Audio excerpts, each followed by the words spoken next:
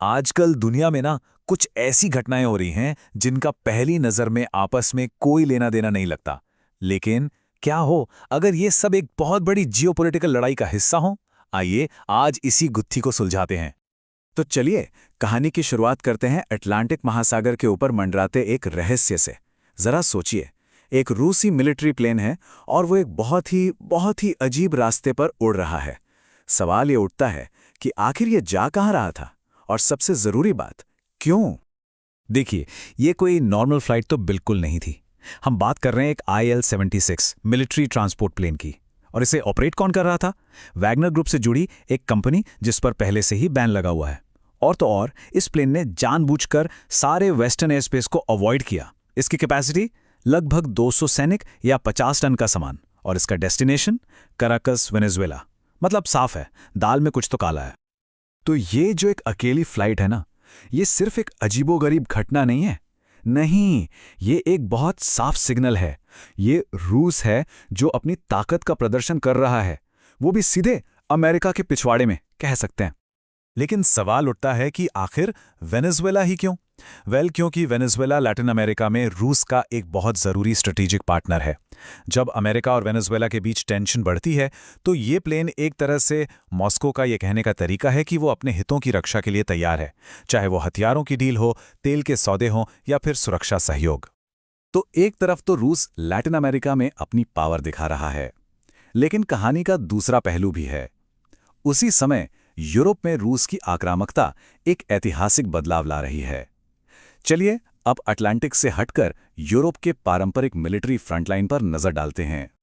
और अगर इस ऐतिहासिक बदलाव का कोई एक सबसे बड़ा उदाहरण है तो वो कौन सा देश है? जी हां, वो है फिनलैंड। इस टाइमलाइन को देखिए। 1800 के दशक में रूस का हिस्सा, फिर 1940 में सोवियत हमले का शिकार, और उसके बाद 1948 से लेकर 2022 तक फिनलैंड ने गर्व से अपनी न्यूट्रलिटी बनाए रखी, मतलब 70 साल से ज्यादा। और फिर 2023 में रातों रात सब बदल गया। फिनलैंड बन गया नाटो का एक फ्रंटलाइन सदस्य।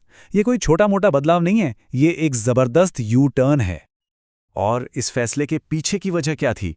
फिनलैंड के राष्ट्रपति अलेक्जेंडर स्टब ने इसे बिल्कुल साफ शब्दों में बताया। उनका कहना है, पुतिन और रूस सिर्फ एक ही चीज समझते हैं, और वो है शक्ति। बस इतनी सी बात है। अच्छा, तो हमने मिलिट्री की बात कर ली, लेकिन ये जो ग्रेट पावर कंपटीशन है ना, ये सिर्फ टैंकों और विमानों से नहीं लड़ी जा रही है। एक और ग्लोबल पावर है जो एक बिल्कुल अलग और शायद ज्यादा लंबा खेल खेल रही है। चलिए अब सैन्य मोर्चों से हटकर इकोनॉमिक बैटल ग्राउंड पर चलते हैं, जहां चीन अपनी एक अलग ही रणनीति से पूरे खेल को बदल रहा है। तो चीन का दबदबा और दुनिया की प्रतिक्रिया, और इसे समझने के लिए हम इंडोनेशिया के एक बहुत बड़े इंफ्रास्ट्रक्चर प्रोजेक्ट को देखते हैं। ये प्रोजेक्ट दिखाता है कि चीन की इस आर्थिक रणनीति के साथ कितने बड़े रिस्क जुड़े हो सकते हैं। $7.3 बिलियन, ये आंकड़ा है इंडोनेशिया की पहली हाई स्पीड रेलवे का। ये चीन के मशहूर बेल्ट एंड रोड इनिशिएटिव का एक फ्लैगशिप प्रोजेक्ट था। मतलब ये चीन की उस ग्लोबल स्ट्रैटेजी का हिस्सा है जिसके तहत वो इंफ्रास्ट्रक्चर बनाकर पूरी दुनिया में अपना प्रभाव बढ़ाना चाहता है। लेकिन आज इस प्रोजेक्ट का हाल क्या है? ये घाटे में चल रहा है और चीन के भारी भरकम कर्ज के नीचे दबा हुआ है।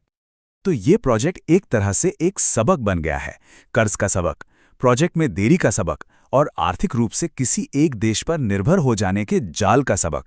और जाहिर है दुनिया के बाकी देश ये सब बहुत ध्यान से देख रहे हैं और अपने अपने कदम उठा रहे हैं। इसी तरह की निर्भरता को कम करने के लिए भारत देश जैसे देश अब बड़े कदम उठा रहे हैं, और ये हमें इस कंपटीशन के एक बहुत ही क्रिटिकल एरिया में ले आता है, और वो है रेयर अर्थ मिनरल्स। ये वो चीज़ें हैं जिनके बिना हमारी आज की मॉडर्न टेक्नोलॉजी चल ही नहीं सकती। आपके स्मार्टफोन से लेकर मिसाइल सिस्टम तक सब में इनका इस्तेमाल होता है। तो भारत क्या कर रहा है? वो अपनी सप्लाई चेन को सुरक्षित करने के लिए एक मल्टी स्टेप प्लान पर काम कर रहा है। पहला, रेयर अर्थ मैग्नेट बनाने पर अपना खर्च 3 गुना बढ़ाना, लगभग $788 मिलियन तक। दूसरा, देश के अंदर ही इतनी कैपेसिटी तैयार करना कि इंपोर्ट पर निर्भरता कम हो जाए। और तीसरा, लोकल प्रोडक्शन को बढ़ावा देने के लिए कंपनियों को इंसेंटिव देना। और ये इंसेंटिव्स कैसे काम करते हैं? यहीं पर आती है PLI स्कीम, यानी प्रोडक्शन लिंक्ड इंसेंटिव्स। इसका फंडा बहुत सिंपल है। सरकार कंपनियों से कहती है, आप हमारे देश में प्रोडक्शन करो, आप जितना ज़्यादा बनाओगे, हम आपको उतना ही ज़्यादा कैश इंसेंटिव यानी एक तरह का इनाम देंगे। अब सवाल यह है कि भारत के लिए ये सब करना इतना ज़रूरी क्यों है? इस चार्ट को देखिए, ये सारी कहानी बयां कर देता है। दुनिया की लगभग 90% रेयर अर्थ प्रोसेसिंग पर सिर्फ एक देश का कंट्रोल है और वो है चीन। अब आप ही सोचिए, ये किसी भी देश के लिए कितनी बड़ी स्ट्रैटेजिक कमजोरी है। और इसी वैश्विक डर को भारत के प्रधानमंत्री नरेंद्र मोदी ने अपने शब्दों में बयां किया। उन्होंने कहा, क्रिटिकल मिनरल्स को कभी भी हथियार नहीं बनाया जाना चाहिए। एक सीधी चेतावनी है कि इस तरह की आर्थिक निर्भरता का इस्तेमाल एक पॉलिटिकल हथियार के तौर पर किया जा सकता है। तो अब इन सब चीजों को एक साथ जोड़कर देखते हैं।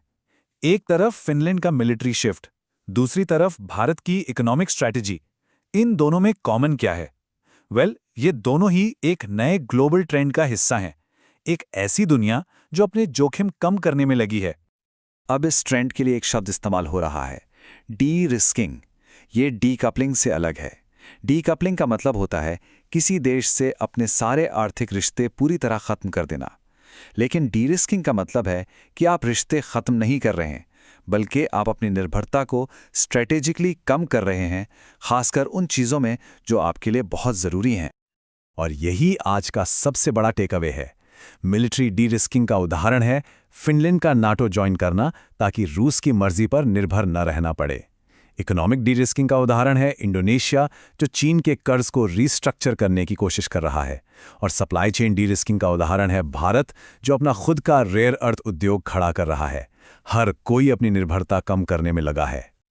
तो ये सारी बातें हमें एक आखिरी और शायद सबसे ज़रूरी सवाल पर लाके छोड़ देती हैं। जैसे जैसे दुनिया भर के देश डी रिस्क करने के लिए ये नई दीवारें खड़े कर रहे हैं, क्या हम एक ज़्यादा सुरक्षित दुनिया की तरफ बढ़ रहे हैं या फिर एक ज़्यादा टकराव वाले दौर की तरफ? सोचने वाली बात है।